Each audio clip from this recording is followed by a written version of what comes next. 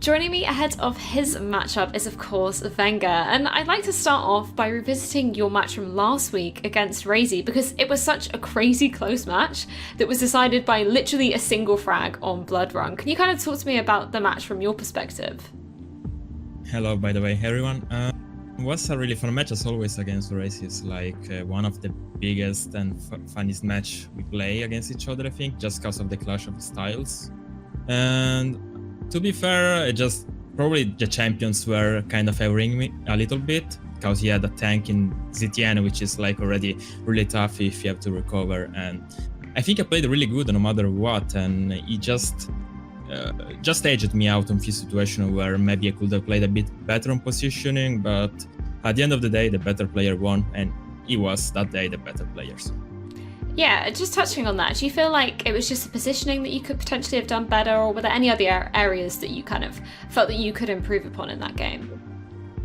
I just think that I didn't hit many of the shots I should have hit. Like, considering I was playing a tank, I didn't hit as many as I thought I would hit in that matchup, especially in the last map. In the first map, I think I played really good, but just this clutch is something unbelievable, and I still need to learn how to actually deal with it properly, but we're getting there slowly. Well, can you also explain to me some of the in-jokes between you both, like the pineapple pizza? Well, I mean, I am Italian, so that's... I'm gonna risk my citizenship after this interview, I think. They're gonna kick me out from Italy, but yeah. Well, you know, just don't put pineapple on pizza, please. Yeah. You know what? Yeah, we'll start a no pineapple pizza gang. That's totally understandable. Now, this week you're going to be playing against Sparty. He's currently sitting at the bottom of the EU and CIS leaderboard with not a win to his name, but that doesn't mean you can count him out just yet. Is it important for you not to go into this match too overconfidently?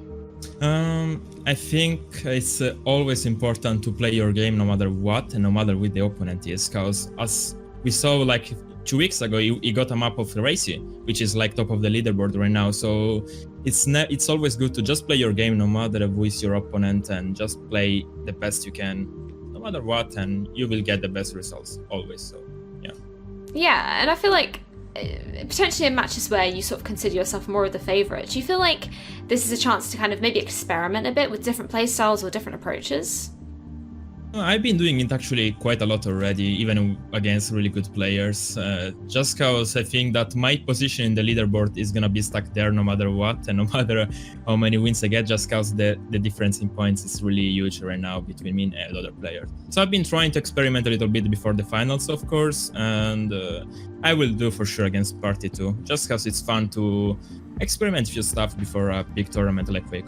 Yeah, exactly. And I mean, going into a match like this where, you know, you would be considered the favourite, do you feel like your preparation's any different from potentially when you're going up against players that may be able to best you? I don't think so. I've been playing the same amount of maps and the same amount of hours every day. As I said, I always give my opponent respect, so no matter who you are and how many wins you have, I always try to treat every player the same, and yeah, I'll just try to play my best, and when I play my best, I'm happy, so I always try to do that, no matter what. Yeah, now obviously you alluded to the finals as well. Unfortunately, you haven't been able to put your name on the belt as of yet, but what's your approach going into the finals now, and are you feeling kind of confident going in? I think all this journey has been incredible, because I had a really bad start at QuakeCon last year. Like, I played 12th, and I think I played really good there too, but there was a few situations where I just messed up completely in few matches, and I dropped really down in positioning. Then in Luke it was much better already, and got top 8. Then in Katowice was already much better again.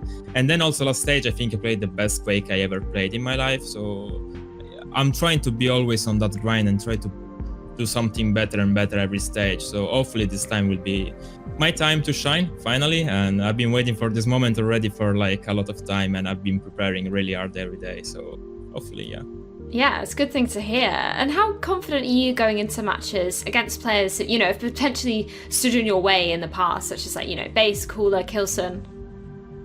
I always try to play the same against everyone. Like, at the end of the day, like, if you want to win, especially in Quake Pro League, where you need to kind of face the best of the best, you just play the best you can no matter what, and you don't think about the names. Like, I'm going against cooler or kills, and you just try to write your own path and try to win your way. And yeah, that's it. No matter like with the opponent and what kind of stories behind them. Like there are players that are probably playing before I was even born, so I just don't pay attention to that kind of stuff experience-wise. Like I just try to play my best, and yeah, it's pretty fun to do so.